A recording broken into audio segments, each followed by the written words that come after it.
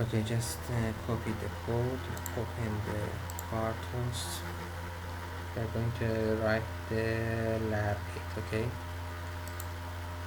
So this is my Quartus, open new project wizard. Next, change the directory to desktop. I create a new folder, the lab 8.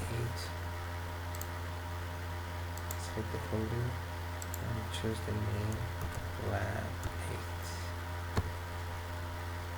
Next, finish. And now we created our project. It's time to open our VHDL. Be careful about this section. We go to the file, new. Sometimes we select the Verilog HDL, sometimes we select block diagram, but now it's time to select the VHDL file. Be careful about the VHDL file. Now you can see our file is .vhtl. It's not .vl like a Verilog language. If the file is Verilog HDL, just write it something and .v. But here we write it, actually the ID write it .vhtl. Now just copy paste the code. Okay, this is our code. And let me explain everything here. As I told you, the first two lines is about the library and package. Here we define our entity and here to here the name of our entity. Again, the name of our entity is and n is the keyword. Here we define our port. Let me check our port. Why we use it this port? x1, x2, x0, x1, x2 and x3. If you check it from your project, how many input do you have? x0, x1, x2 and x3. Okay, so here we define x0, x1, x2 and x3, and the type is input logic, semicolon, don't forget. And another one, how many output do we have? 1f, yes. Okay, we have here 1f again, so it's output and the type is logic and semicolon.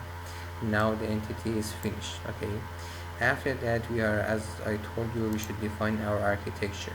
The name of the architecture is up to us, but the name of the parent must be the same as the name of the entity. Lab 8, lab 8 and lab 8. You can see all of them are marked. And after that, this is the important thing, you should define the signal. But what is the signal?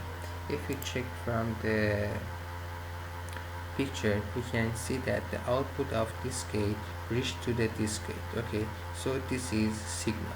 Or here the output of this gate reached to this one, so this is the signal. When the output of one gate reach to input to as input of another gate, it means that is the signal. Okay, it's a message. So for example, here the name of here reached to this one, so the name of this signal is x3l underline x2l underline x1, or the output of here reached to the input of the or for gate, so we name it as x3l. Okay, so when the input of one gate is connected to the output of another gate, it means that it's signal, it's a message, so we should name it. So you can see 1 2 3 4 5 6 7 signal here, and we have, and in here we should define the signal like this. This is 1 2 3 4 5 6 7. After that, again we should write the type of the signal, and here between begin and end we write everything that happened in the circuit. For example, here we can see we have a not, we have an and, we have a or. Now if you check it here, x3, not of x3 sent to the x3l. Okay, let me check it is true or not. The not of x3, you can see this is the x3, the not of x3, the signal coming here, and the output is the not of x3, where we